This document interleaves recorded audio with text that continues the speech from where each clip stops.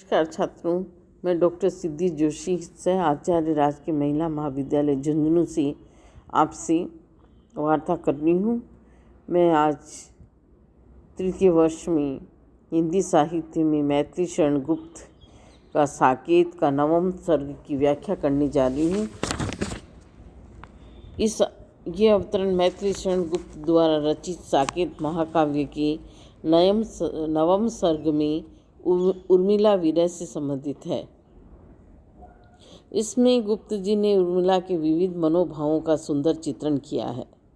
विरह व्यथा से अति पीड़ित होकर उर्मिला अपनी वेदना को संबोधित कर कहने लगी है कि वेदने तू भी भली बनी, पाई मैंने आज तुझी में अपनी चाह घनी। वेदने हे वेदना, अरि वेदना, इस वियोग काल में तू भी इतनी अच्छी सहचरी या सखी बन गई है। आज मैंने तुझी में अपनी घनी चाह पाई है। अर्थात विरह वेदना से ही प्रियतम की प्राप्ति अभिलाषा और भी तीव्र होने लगी है। अर्थात विरह वेदना में ही प्रियतम से मिलने की चाह है, वो मेरे मन में उत्पन्न हुई है। तो इस प्रकार मेरी बहुत सी प्रबल इच्छाएं हैं, वो तुम्हारे परिणाम स्वरूप ही वेदना या विरह व्यथा के कारण ही पैदा हुई है। इसलिए हे वेदना, अरि वेदना, तू मेरी सहचरी है, मेरी सखी है। नई किरण छोड़ी है तूने, तू वह हीर कण। हे वेदना, तू तो हीरे की वह कण है, हीरे की वह कणी के समान है, जिसने मुझे भविष्य की सुंदर आभा दिखाई दे रही है, जिससे मुझे भविष्य की सुंदर आभा दिखाई दे रही है। वस्तुतः तू तो वह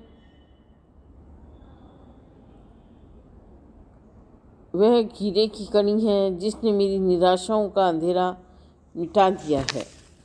कहने का मतलब है कि नई किरण है, तू वह हीर की कणी है कि तेरी किरण, नई किरण ने मेरे मन की सारी निराशा है, मेरे मन का अवसाद है, उसको दूर कर दिया है और उसके स्थान पर मुझे भविष्य की सुंदर आभा दिखाई देने लगी है।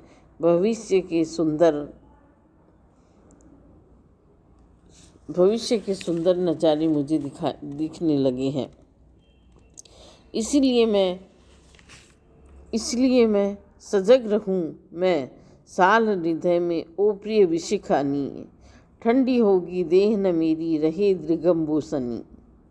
सजग रहूं मैं साल हृदय में, ओ प्रिय विशिखानी। हे प्रिय वेदना, बाणों की विषैली नोक मेरे हृदय में साल रही है, फिर भी मैं सजग हूँ। अर्थात प्रियतम के विरह संताप को बाण की पैनी नोक की तरह अपने हृदय पर सालते हुए भी सजग बनी रहती हूँ।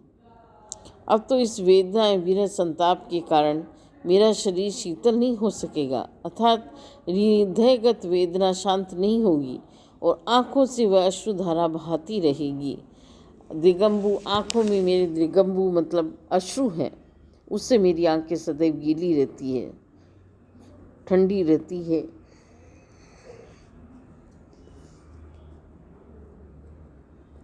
ठंडी होगी देह न मेरी, रहे दृगंबु सनी।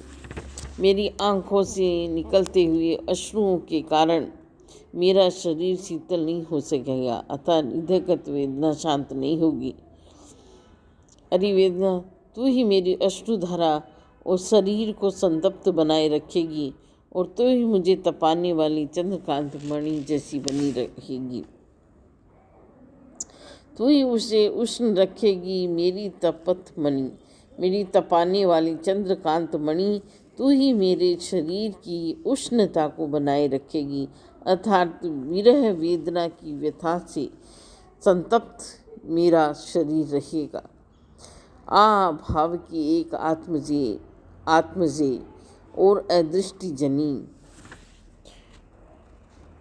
उर्मिला कहने लगी कि अरे वेदना, तू मेरे पास आ, तू प्रियतम के अभाव में उत्पन्न होने वाली अर्थात अभाव की पुत्री है। तथा प्रियतम को न देख पाने से उत्पन्न हुई है। तेरी ही छाती है सचमुच उपमोची स्तनी। तेरी छाती उदार है, बड़ी विस्तृत छाती है और वास्तव में स्तन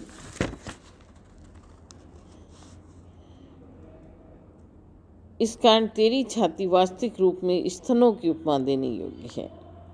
वास्तव में तेरी छाती अति विस्तृत है, इस कारण तेरी ही छाती ही वास्तविक रूप में स्तनों की उपमा देने योग्य है।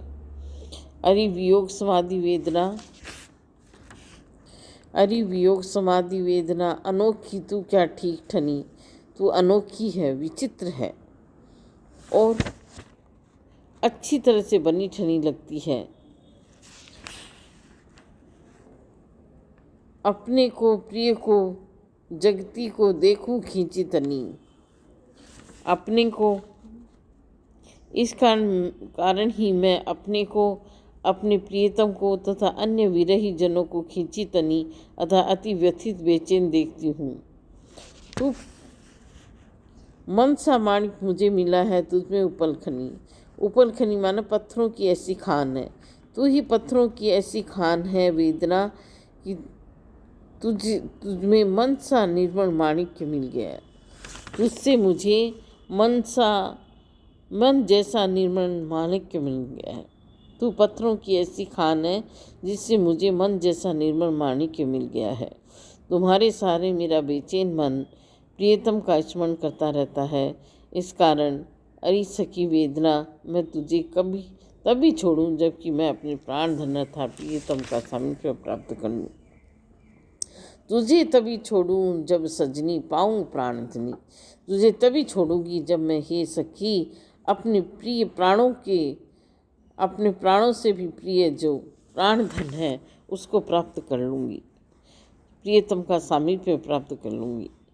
विरहिणी की वेदना को विविध भावों की जननी तथा अभिलाषा उद्दीपनी बतलाया गया है। नीरख सखी ये खंजन आए, फेरे उन मेरे रंजन ने नयन इधर मन भाई। नीरख सखी, हे सखी देख ये खंजन आए। ये खंजन पक्षी आए हैं। खंजन पक्षी हैं, एक पक्षी विशेष जिसकी नेत्रों की उपमा दी जाती है। सुंदर नेत्रों की उपमा, तीक्ष्ण और बड़े बड़े नेत्रों की उपमा दी जाती है खंजन पक्षी से। तो उर्मिला कहती है कि हे सखी देख ये खंजन पक्षी आ गए हैं। ये खंजन नहीं है, अपितु मेरे प्रियतम ने अपने सुंदर नेत्र ही मेरी ओर भेजे हैं। फेरे उन मेरे रंजन ने, मेरे प्रियतम ने अपने नेत्रों को मेरी ओर किया है, मेरी ओर भेजा है। इधर मन भाई, और ये सुंदर नेत्र देखकर ये मेरे मन को अति प्रिय लग रही हैं। उन प्रियतम के मन का आतप फैला, उनके तन का आतप मन ने सरसाई। उन प्रियतम के मन का आतप तथा प्रवासी बनने से उत्पन्न संताप इन खंजरों के माध्यम से फैलाकर या भेजकर वे मेरे मन को आनंद प्रदान कर रही हैं।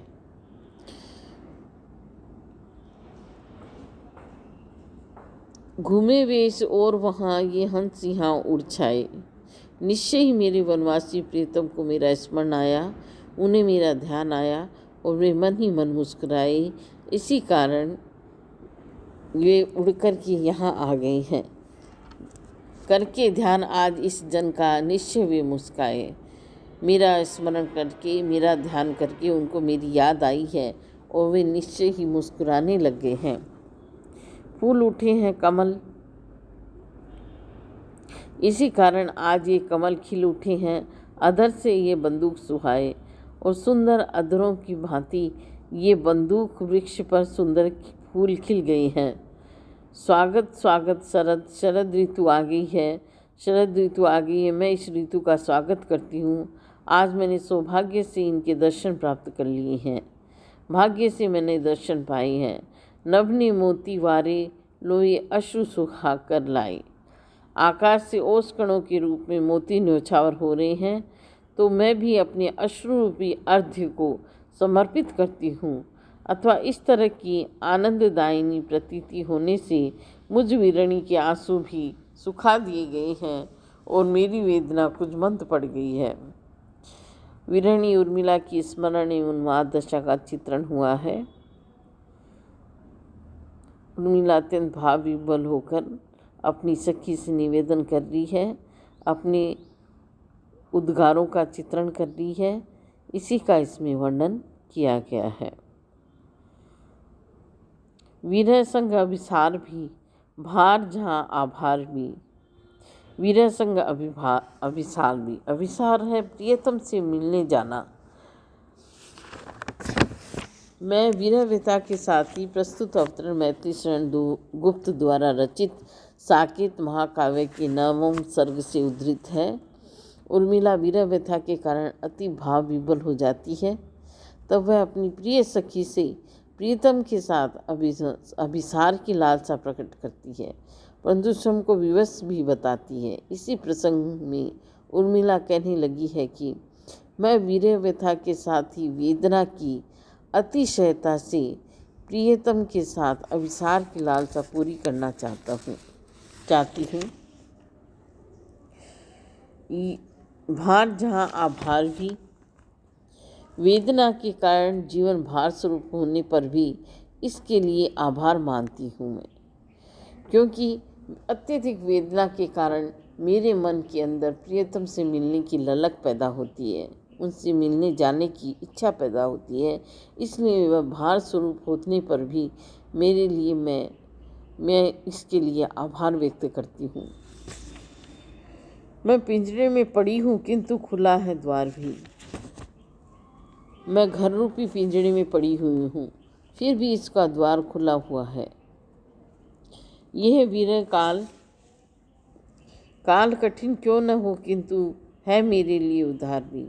ये काल कठिन मेरे लिए मृत्यु के समान है, अति कठिन है। विरह काल यद्यपि अति कठिन ही क्यों न हो, किंतु ये मेरे लिए उदार भी है।